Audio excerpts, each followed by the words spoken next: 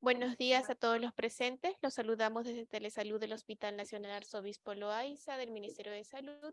Bienvenidos a la telecapacitación Malformación Arteriovenosa Cerebral dirigida por nuestro ponente, el doctor Romer Arbulu Suazo, médico asistente del Servicio de Neurocirugía del Hospital Nacional Arzobispo Loaiza. Antes de iniciar, recordarles a los presentes que pueden realizar sus preguntas a través del chat de la plataforma de Zoom para ser respondidas al final de la ponencia. Bienvenido, estimado doctor, es un honor tenerlo con nosotros. Le doy el pase para el desarrollo del tema. Adelante, por favor. Buenos días con todos, es un placer estar nuevamente en las capacitaciones. Es un tema bastante apasionante, el de las malformaciones arteriovenosas. En particular es una patología muy diversa, ¿no? Entonces, realmente para los neurocirujanos muchas veces es un reto muy grande, ¿no? Digamos, si comparamos, por ejemplo, con los aneurismas cerebrales, que son también un reto y toda una patología, digamos, muy compleja y de alta mortalidad, las malformaciones son aún más variadas, ¿no? Pero tienen distintas presentaciones, distintas localizaciones, distintos arquitectura que hacen que sea un tema muy complejo realmente. Bueno, vamos a empezar con el tema de malformaciones arteriovenosas. ¿Sí ven mi pantalla? Sí, doctor, se visualiza. Perfecto. Ok. Entonces, las malformaciones arteriovenosas son un grupo de lesiones bastante heterogéneo, ¿no? Presentan un desafío para el neurocirujano y la variabilidad en su tamaño, su topografía, su angioarquitectura, así como las diferentes posibilidades de presentación clínica hacen que los planteamientos terapéuticos sean variados. Entonces, siempre se ha intentado un poco estandarizar el criterio de neurocirugía para ver qué tratamiento es el mejor para estas lesiones, de acuerdo a algunas características que más adelante vamos a ir viendo. Entonces, se consideran lesiones de origen congénito, ¿no? Estos conglomerados de vasos anormales entre arterias que, digamos, pasan a venas sin tener capilares entre ellos, pueden ser muy variables y se presentan en realidad como un defecto en la formación de los vasos, ¿no? No se llega a formar los capilares, no se atrofian los vasos y se mantiene un flujo alto de arteria a vena que hace que tenga una mayor predisposición a ruptura, ¿no? El hecho de que no tenga capilares en esa zona del ovillo hace que no tenga un tejido al cual se pueda oxigenar a través de los capilares. Por ese motivo que en realidad en la zona donde está el ovillo no hay parénquima cerebral. Y en la periferia de la lesión hay un tejido gliótico solamente, ¿no? Entonces eso hay que tenerlo en claro. La angioarquitectura de la malformación arteriovenosa puede ser en realidad muy variable. Entonces podemos tener una arteria aferente terminal grande que llega netamente a la malformación, al ovillo de la malformación. Podemos tener también una arteria aferente de tránsito que le da aferentes a la malformación, pero que sigue e irriga estructuras normales, ¿no? Del parénquima cerebral, ¿no? Podemos tener también aneurismas de flujo, dado que estas malformaciones son un shunt arteriovenoso, tienen un flujo mayor de sangre, lo cual, digamos, pone en estrés a la pared de las arterias, pudiéndose formar aneurismas, tanto prenidales, intranidales, como la parte venosa, ¿no? Postnidales. ¿Ya? El nido de la malformación arteriovenosa en sí es el ovillo, ¿no? Que pueden ser plexiformes cuando son muy pequeños, o ya las grandes son multicompartimentales también, ¿no? La vena de drenaje, que puede ser más de una, normalmente está arteriolizada porque tiene un flujo grande y sangre arterial realmente, ¿no? Y algunos pseudoaneurismas, por ejemplo, también en la parte venosa.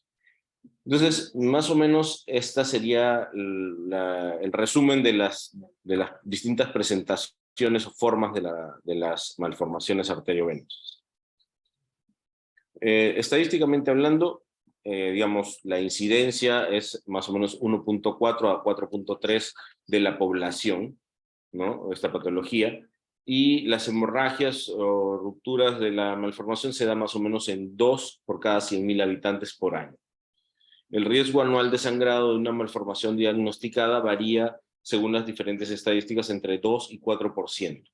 Esto se eleva, por ejemplo, cuando hay ya ruptura, porque, digamos, se duplica en el primer año de la ruptura, ¿no? Entonces, una manera práctica de ver el riesgo de una malformación arteriovenosa sería el riesgo durante la vida, sería 105 menos la edad del paciente. Obviamente, si tenemos una malformación arteriovenosa diagnosticada en un paciente muy joven, el riesgo de que se rompa durante su vida va a ser muy alto. Pero si es una persona ya muy mayor, el riesgo como que va a ser menor, ¿no? Entonces hay que tenerlo también en cuenta para decidir el tratamiento. La mortalidad en un episodio hemorrágico es entre el 15 y 20%, y su mortalidad, digamos, morbilidad sería entre el 20 y 30%. Casi se duplica a la mortalidad, ¿no? Su presentación es también bastante variada. La presentación más común es la hemorragia, ¿no? Entonces hay gran parte de la población que tiene la malformación arteriovenosa y no tiene ningún síntoma, no lo saben hasta que se rompe, ¿no? O de repente, incidentalmente, por un traumatismo o algún otro episodio, se hacen una imagen y sale la lesión, ¿no? Pero la gran mayoría se va a presentar como una hemorragia. Entonces lo que va a generar va a ser una cefalea de presentación brusca, ¿no? Generalmente el peor dolor que han sentido en su vida, casi como el del aneurisma, ¿no? Puede presentar convulsiones también, de acuerdo a la localización del nido. Si es muy cortical y sobre todo localizado en las áreas frontales o temporales, tiene mayor posibilidad de generar convulsiones. Las isquemias cerebrales por robo también se pueden presentar. El flujo es tan alto en la malformación que, digamos, disminuye la irrigación en ciertas áreas del parénquima cerebral, lo que puede producir incluso isquemia, ¿no? Eso es el efecto de robo que mencionábamos. El trastorno neuropsicológicos también se pueden presentar, ¿no? Soplos, es un poco más raro, pero también es una presentación. La insuficiencia cardíaca, por ejemplo, es una característica en lesiones grandes y en edad pediátrica. Entonces hay que recordar que al ser un shunt arteriovenoso, el corazón va a hacer mucho mayor esfuerzo, y en vano, porque la sangre en realidad va a retornar rápidamente al corazón, y eso puede generar un estrés al esforzar tanto y llegar a una insuficiencia cardíaca. La hidrocefalia no comunicante, también en algunos casos en los cuales las venas intraventriculares muy dilatadas obstruyen la circulación del líquido cefalorraquídeo. Entonces, ¿cuáles son los estudios diagnósticos para detectar una malformación arteriovenosa? La angiotomografía con reconstrucción 3D es la que, digamos, cada vez más territorio gana, porque es un examen no invasivo, es de mayor disposición muy corto de tiempo, digamos, en realidad comparado con la resonancia, y nos da una muy buena resolución de la lesión, ¿no? La resonancia magnética, con o sin angioresonancia, también nos va a dar el diagnóstico, y también nos permite, digamos, visualizar el parénquima cerebral, el límite, la localización más exacta. Entonces es un examen que siempre en la planificación quirúrgica es importante tener. La angioresonancia, no, la angiografía, perdón, digital selectiva de vasos de cuello y encéfalo, como estudio de las carótidas externas bilaterales, es el gol estándar realmente. En los otros estudios, digamos, vamos a tener una imagen, ¿no? Estática del momento en que se inyectó el contraste o de la parte parenquimal, pero en la angiografía vamos a poder ver el flujo de la malformación. Entonces se pueden diferenciar mejor cuáles son los aferentes, cuáles son los eferentes, digamos, si hay alguna vena en pasaje a la cual debemos, digamos, priorizar, preservar. Todas esas cosas nos va a permitir visualizar una angiografía digital. Obviamente, digamos, se puede hacer una angiografía digital con un arco en C simplemente, ¿no? Pero también se puede hacer una angiografía digital ya con equipos mucho más sofisticados que tienen mucha mejor resolución, como se hace en hemodinamia, ¿no? Entonces, ya un cineangiógrafo sería lo ideal para verlo en mayor detalle, ¿no? Es el gol estándar. Entonces, para que más o menos lo tengan más claro, a la izquierda vemos una resonancia en la cual se ve una ausencia ahí de flujo en la parte parenquimal, ¿no? Sospechosa, que si le ponemos contraste va a captar contraste, entonces se confirmaría ahí lo de la malformación arteriovenosa, y a la derecha está el estudio angiográfico, ¿no? Entonces el estudio de la carótida interna, en la cual se ve, ¿no? el flujo, ¿no? Tanto en arterial ya, se ve también la vena, ¿no? En un solo pase, ¿no? Normalmente la angiografía debería de tener una fase arterial, fase capilar y fase venosa. En este caso se saltan esas fases porque simplemente está el chance de la malformación arteriovenosa, ¿no? Entonces aquí ya tenemos que comenzar a estudiar cuáles son los aferentes de la malformación, cuántas venas de drenaje tiene, hacia dónde van, si van a irrigación superficial o profunda, si está en área elocuente y cuál es el tamaño de la lesión. Eso nos va a permitir posteriormente decidir el tratamiento más adecuado para nuestro paciente. Bueno, la tomografía cerebral con y sin contraste también nos puede mostrar, ¿no? La lesión, generalmente como se presenta con una hemorragia. Cuando tenemos una hemorragia intraparenquimal, digamos, sin un antecedente de hipertensión, que no es en ganglios basales o en una localización típica de hipertensión arterial, deberíamos sospechar de una malformación arteriovenosa y pedir una tomografía o una angiotomografía con contraste, ¿no? Y en ese mismo tenor, la angiografía en 3D, ¿no? Con reconstrucción aquí en 3D, que se nota, ¿no? Claramente la malformación arteriovenosa que recibe tanto de cerebral media como de ramas terminales de la cerebral anterior, ¿no? Ok. A nivel de, digamos, más estudios tomográficos, por ejemplo, ¿no? Se ve la hemorragia, ¿no? Subaracnoidea intraventricular, ¿no? Acá también hemorragia que ya llegó a la parte cerebelosa, ¿no? El hemisferio cerebeloso derecho, ¿no? Y en la angiografía se muestra la pequeña malformación arteriovenosa. Aquí se aprecia el catéter, el microcatéter, que ingresa para hacer la angiografía selectiva y, digamos, poder determinar con mayor precisión cuál es la rama que está irrigando esa malformación, ¿no? Podemos continuar, ¿no? Con algunos estudios también, hemorragia subaracnoidea, con irrupción ventricular, hemorragia en fosa posterior, ¿no? Con ya signos de hidrocefalia por la obstrucción de la circulación del líquido cefalorraquídeo tanto en cuarto ventrículo como en tercer ventrículo. Y cuando se hace el estudio angiográfico se puede ver la malformación arteriovenosa, ¿no? Y acá la entrada del catéter con coils, ¿no? Ok, entonces, más o menos la frecuencia de asociación de aneurismas a malformaciones arteriovenosas es de la siguiente forma, ¿no? A nivel frontal, pacientes con aneurismas, más o menos un 12% a 25%, ¿no?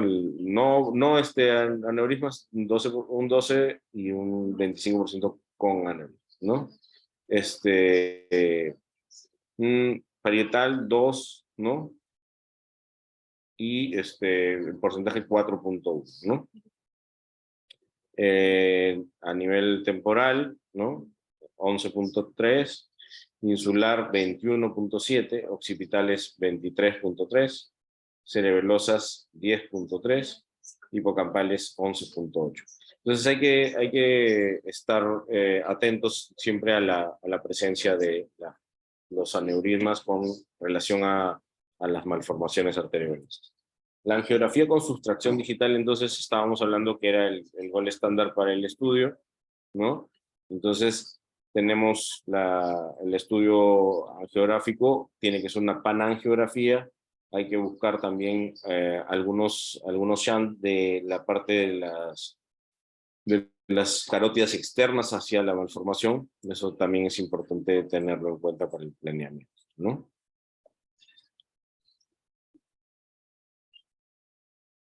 Podemos visualizar ahí, ¿no? En secuencia, cómo se va pintando, digamos, la malformación y dónde está la parte venosa y arterial, ¿no? Y poderla ir determinando exactamente cuáles son los aferentes principales que debemos desactivar en la cirugía, ¿no? Entonces aquí tenemos, digamos, la opción de un planeamiento más fino de la cirugía, ¿no? Y tener en cuenta qué vasos están en pasaje y debemos respetar para no dejar una secuela en el paciente, ¿no? Bueno, esta es la clasificación de Spetzler-Martin, el doctor Spetzler a la derecha, en su despedida en realidad. Esta clasificación diríamos que cambió el manejo de las malformaciones arteriovenosas, ¿no? Esta clasificación está hecha principalmente para lesiones supratentoriales y nos definen mucho la conducta a seguir. Ha habido algunas modificaciones que se le han hecho como para, digamos, definir algunas lesiones un poco intermedias, ¿no? Que no eran de tan fácil manejo, pero lo principal es saber esto, ¿no? El tamaño de la malformación se considera pequeña, menos de 3 centímetros, mediana de 3 a 6 centímetros y grande más de 6 centímetros. Estamos hablando de que por eso sería 1 punto, 2 puntos y 3 puntos. Si está en área no elocuente serían 0 puntos y si está en área elocuente 1 punto. Si está en drenaje venoso superficial, tiene drenaje venoso superficial, estamos en 0 puntos, y si está en profundo, eso sería 1 punto, ¿no?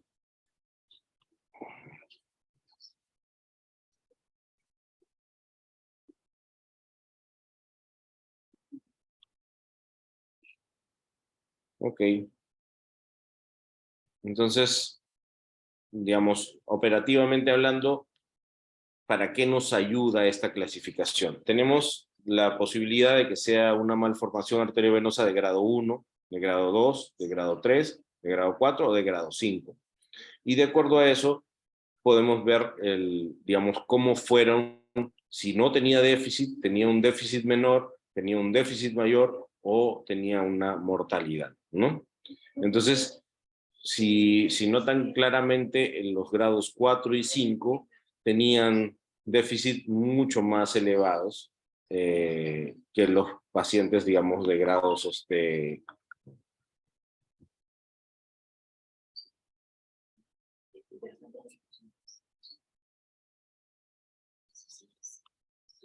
perdón.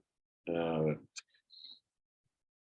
Entonces, de acuerdo a esa clasificación, se opta por, digamos, determinar qué tratamiento debe seguir un paciente, ¿no? Una lesión de grado 1 o de grado 2 son, digamos, quirúrgicamente hablando, abordables, ¿no? Tenemos que no tuvieron ni fallecidos ni déficits mayores, ¿no? Entonces hay uno con déficit menor y la gran mayoría no tuvo déficit, ¿no? Entonces, definitivamente son pacientes que tienen muy buena chance de ser manejados de forma quirúrgica, ¿no? Los de grado 3 ya, digamos, tenían algunos incluso fallecidos, algunos con déficits mayores y, digamos, todavía, digamos, una respuesta un poco menor de los de buen outcome, ¿no? Entonces, a estos pacientes se optó por hacer una terapia multimodal, ¿no? O sea, primero de repente una embolización para reducir la malformación, y ya con eso poder llegar a la cirugía, ¿no? Entonces, los de grado 4 y grado 5 en realidad son los que tienen más mortalidad y, digamos, no es muy conveniente tratarlos. Es preferible realmente a este tipo de lesiones hacer un control de la enfermedad, evitar, digamos, los factores de riesgo que favorezcan la ruptura y no intentar cerrarlas o tratarlas de forma ni quirúrgica ni endovascular, ¿no? Entonces, las modificaciones que hablábamos antes, ¿no? O sea, si es que es una presentación no rota, ¿no? Si es que es difusa, y si tiene arterias suplementarias, ¿no? Perforadas. Eso también, digamos, nos ayuda un poco a decidir, ¿no? Pero lo básico es lo que siempre estábamos hablando, ¿no? Y la edad también influye para ahora la nueva, digamos, decisión, como para afinar un poco la decisión. Ujú. Bueno, esto es lo que hablábamos. Entonces, ahora ya hay el grado modificado de Spetzler, ¿no? 3 menos, 3 más, ¿no? Y de acuerdo a las posibilidades de combinación entre el tamaño, la elocuencia y el drenaje, ¿no? Ok, entonces, en sí, la clasificación, digamos, más práctica sería que si es un Spencer-Martin 1 o 2, debería ir a cirugía, ¿no? De ser un grado 3, se podrían combinar múltiples tratamientos, ¿no? Endovascular, radiocirugía o cirugía, ¿no? Entonces, ya una grado 3, solo ofrecerle cirugía es como que un poco avesado, un poco forzado, no sería lo más conveniente para el paciente. Y, digamos, deberíamos priorizar hacer un tratamiento primero para reducir y, digamos, con endovascular, y luego de repente complementarlo con la cirugía, ¿no? Y los grados 4 y 5 son de manejo conservador. ¿Ok? Entonces, lo que estábamos hablando, ya de la parte del tamaño, el drenaje venoso y la elocuencia, ¿no? Entonces, como opciones terapéuticas, tenemos una posibilidad de una conducta expectante, sobre todo en malformaciones arteriovenosas muy grandes, grado 4 o 5, definitivamente lo mejor sería eso. Digamos, lo que hablamos de la posibilidad de ruptura, que es del 2 al 4% por año, ante una malformación grande, tendríamos que mejor controlar algunos factores como hipertensión, problemas, digamos, de ateromatosis, esas cosas, ¿no? Tratamiento médico sintomático, los anticonvulsivantes, ¿no? La resección quirúrgica sería el otro tratamiento, la terapia endovascular, que sigue avanzando, bueno, a pasos agigantados realmente. Antes el porcentaje de cierre de una malformación arteriovenosa solamente por tratamiento endovascular era bastante bajo, no llegaba ni al 17 o 25% en mejores manos. Claro que va a depender siempre del tamaño, ¿no? Si tienes una grado 1 muy pequeña,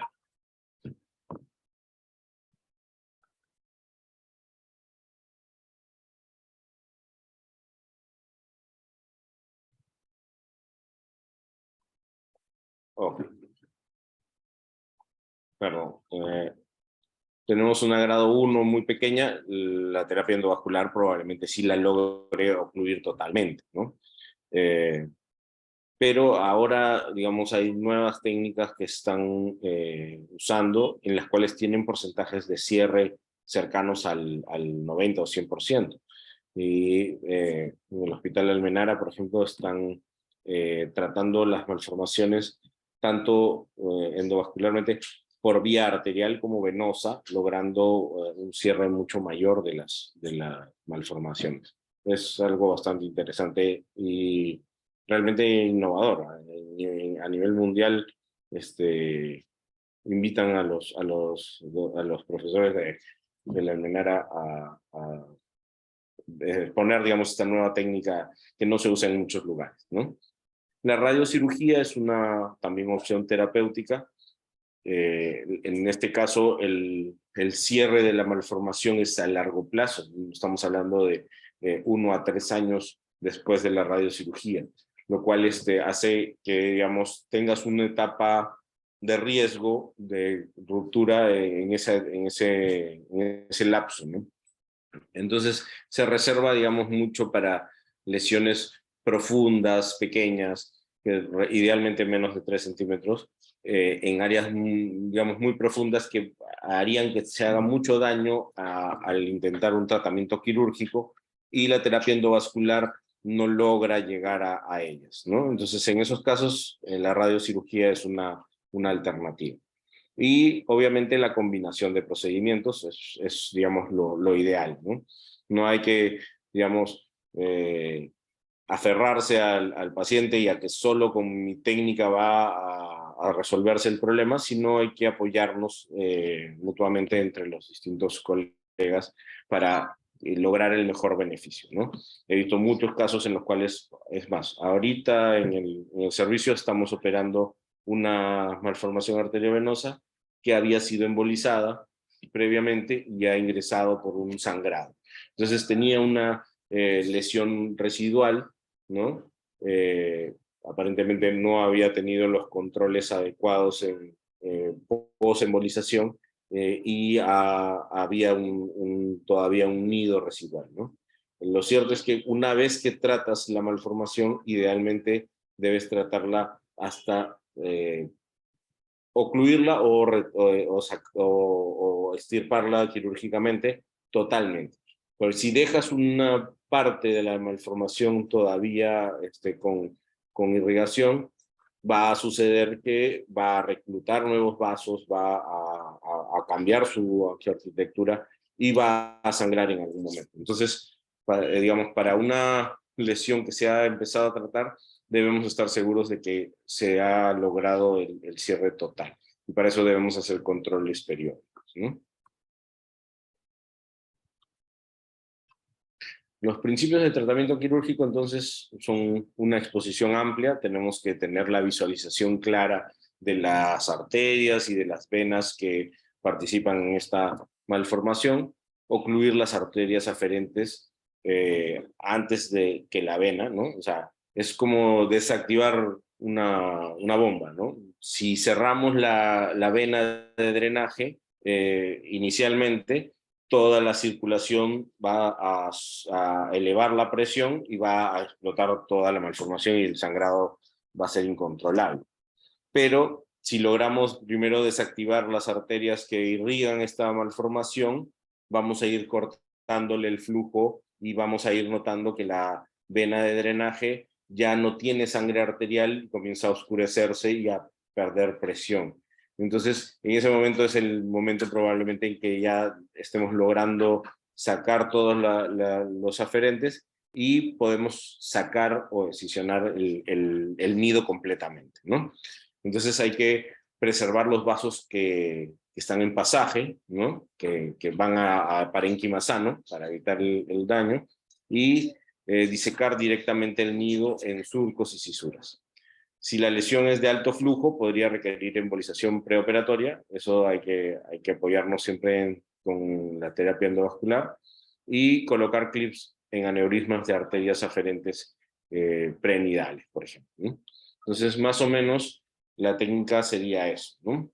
Entonces, hay que ir rodeando la malformación, ¿no?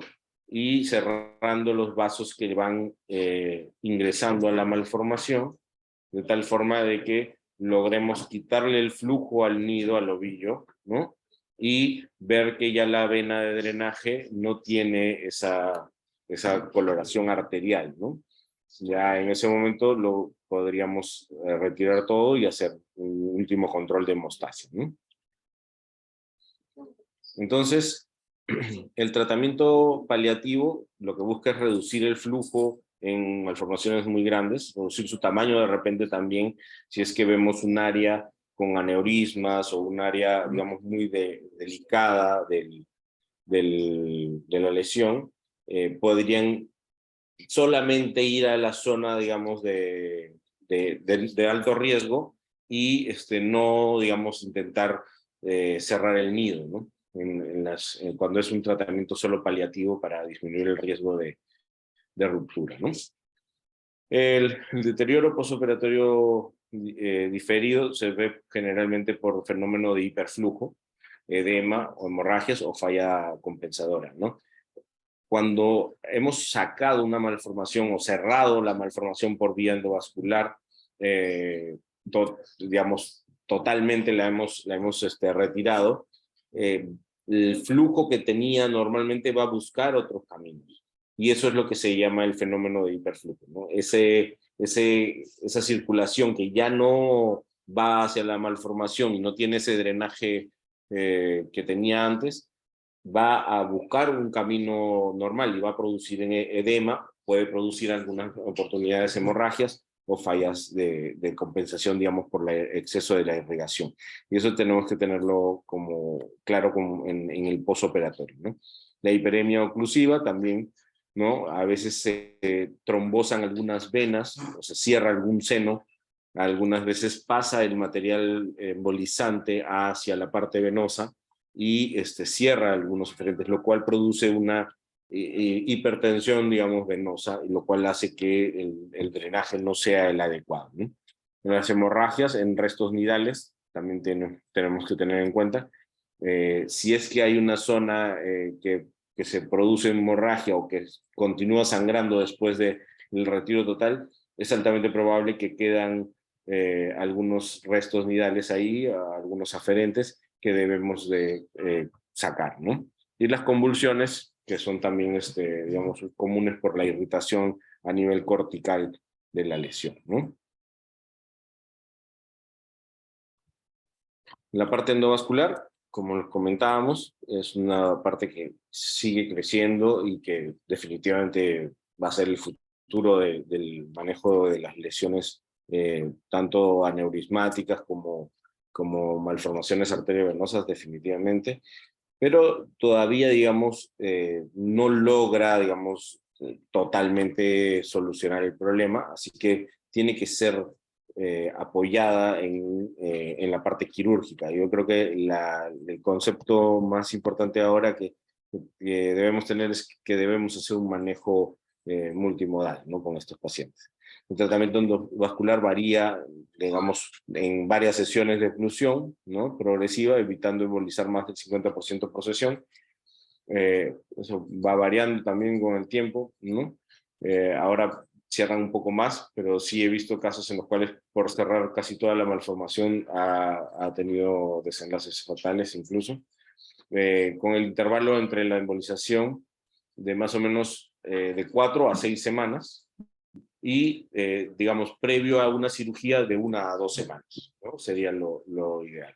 El porcentaje de oclusión endovascular prequirúrgica idealmente sería un poco más del 50%, y obviamente lo que se busca es ocluir la parte más profunda y más alejada, digamos, del abordaje del ingreso.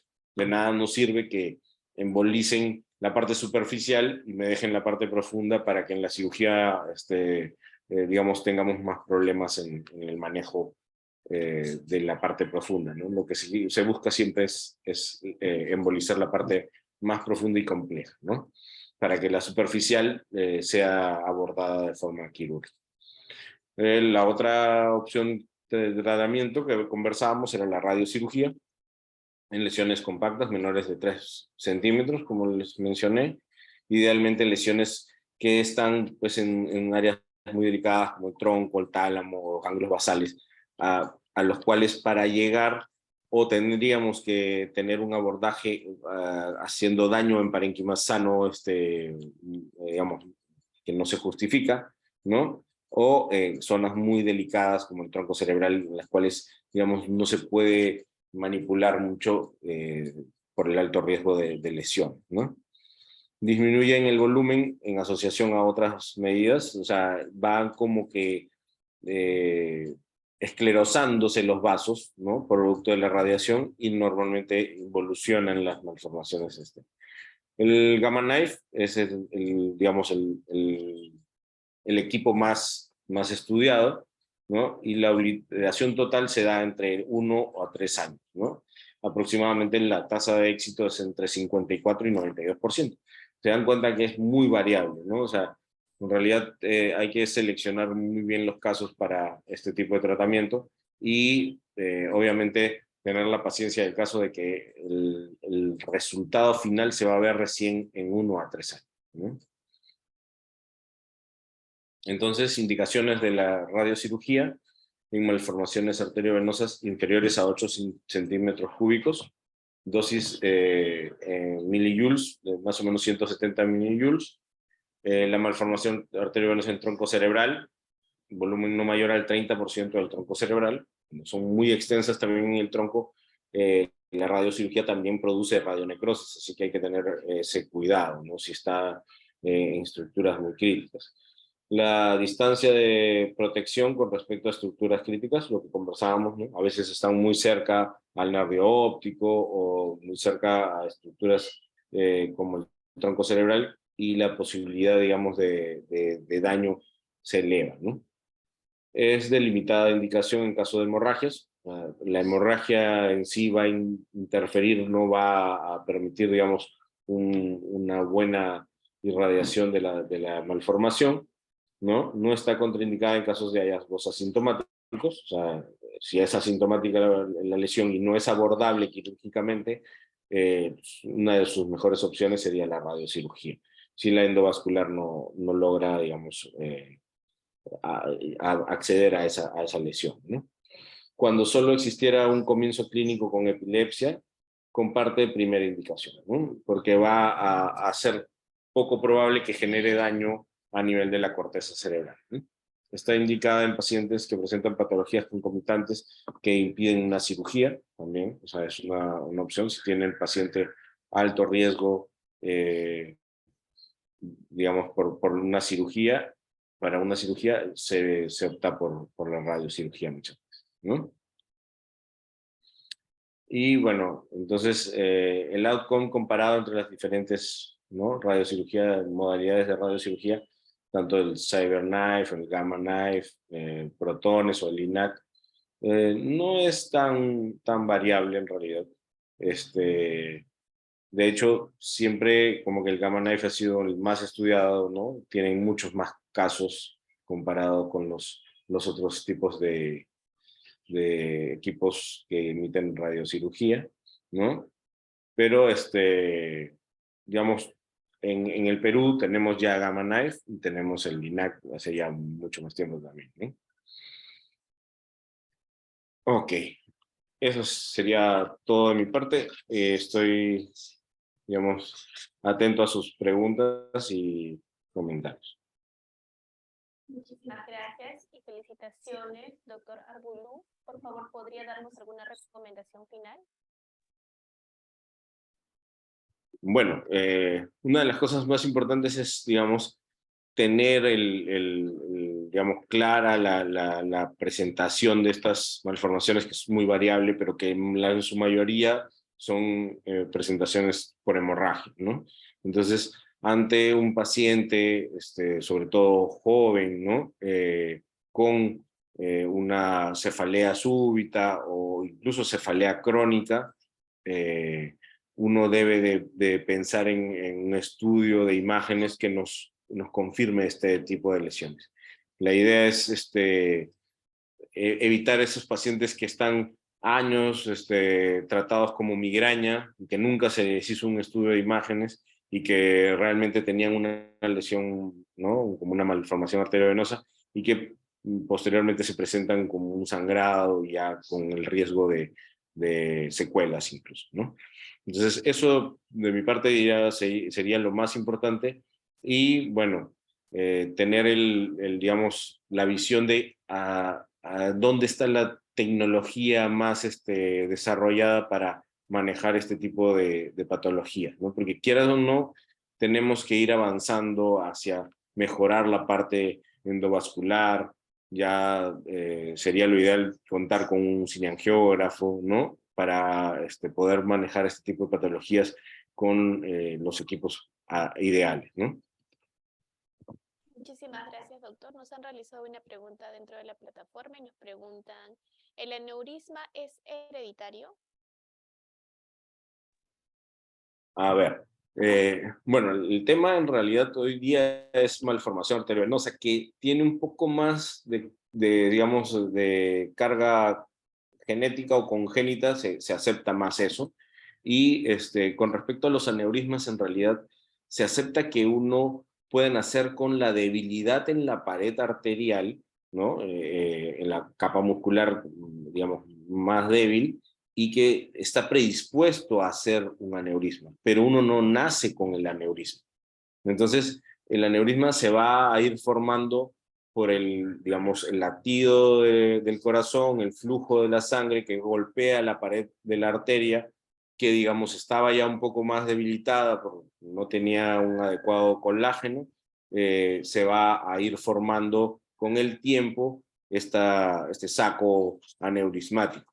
Entonces, digamos, no lo podemos catalogar como algo congénito, pero como que sí hay una cierta predisposición por la debilidad en la pared que sí se ha encontrado, ¿no?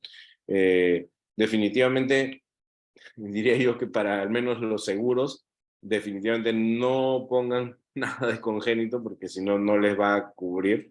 Y realmente en realidad los aneurismas no son congénitos, ¿no? Son algo que se va formando en el transcurso de la vida y de el estrés, digamos, que es sometido la pared de la arteria con el latido del corazón.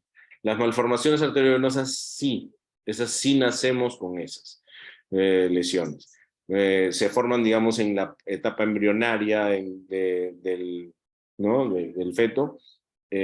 No se atrofian esos vasos y se forman los capilares, sino que se quedan en un flujo de arteria-vena directamente. Esas sí son congénitas realmente. Muchísimas gracias, doctor. Y nuevamente felicitarlo por su ponencia y agradecer a todos los participantes que se conectaron e invitarlos a suscribirse a nuestro canal de YouTube. Nos pueden encontrar como Hospital Nacional Arzobispo Loaiza. Ahí podrán ver nuevamente las telecapacitaciones y tele-IEC. De igual forma pueden escribirnos en los comentarios otros temas que les gustaría que se tocaran próximamente. Gracias a todos y hasta una próxima telecapacitación. Muchísimas gracias, doctor.